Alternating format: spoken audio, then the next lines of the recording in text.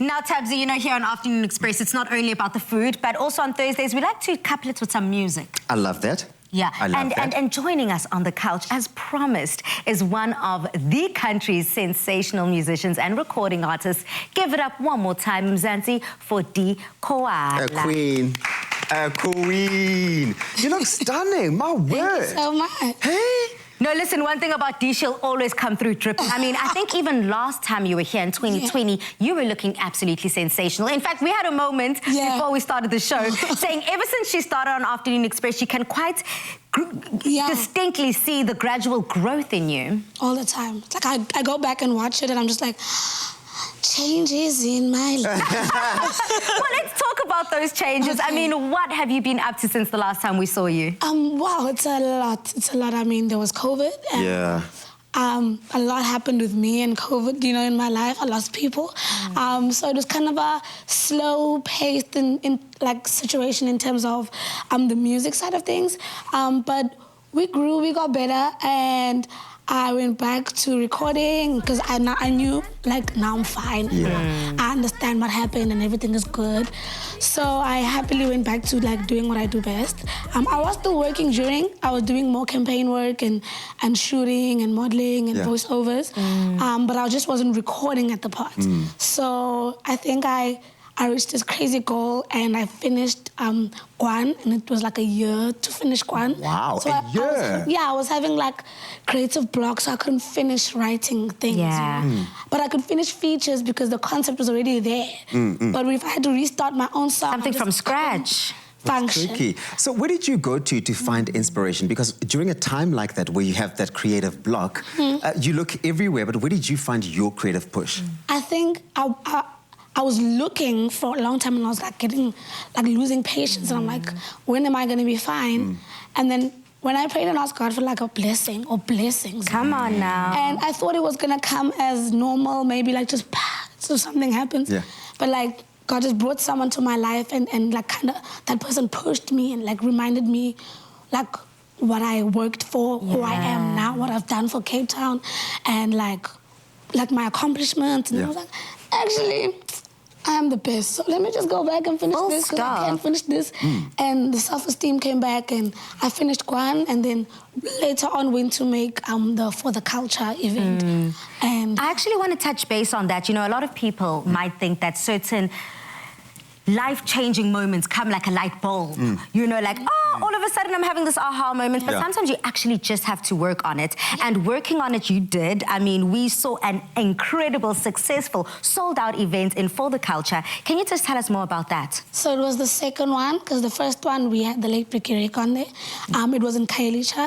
And I was so happy that there was no fuss. The way he was such a pure soul, there was no fuss in him, like, showing up in the hood. He wasn't, like, thinking. It was easy. It was easy. And he performed on top of the decks. And so it was like a big highlight. So we were like, how do we top that one? You know, but it was like, I mean, it's For the Culture. Like, it's always going to be a different experience. I was a bit nervous because I haven't been dropping a lot of projects. Instead, I was doing singles.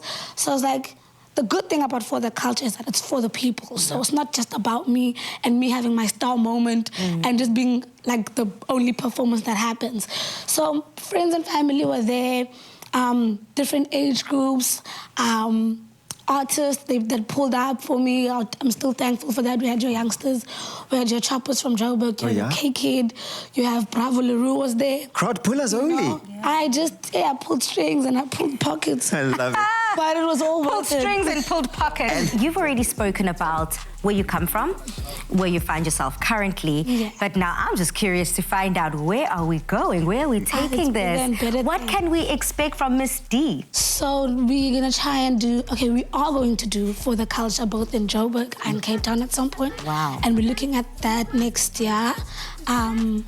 Bigger brand involvement, bigger, what can I say? I'm looking forward to doing more things besides just making music. I'm trying to be on a creative director kind of side. And styling as well. So I'm kind of dabbing into different things that are not just rapping, because I'm already the best at rapping. So Let me just try and see what other things I can do. Let me just try and take other people's jobs. Like, next time I can be sitting in your seat. I love it.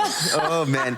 hang on tight to your seat. Do you understand? But you know what? Yeah. One thing about it is that if this seat is going to be up for a running, it better go to someone deserving. And you have proven yourself time and time again. I mean, you've already spoken about how you've been able to grow from COVID to where you find yourself now. You spoke about voiceovers. You spoke about influencer work, campaigns. What has surprised you the most about dabbling into these different avenues and these different things that you're doing, girl? It's crazy because every time, all these different things, the one thing that people like is just who I am. Yeah. It's not like they like the Koala, or even if they, because the Koala and Outdoor is actually like the same person. Yeah. I don't put myself in a the Koala mode.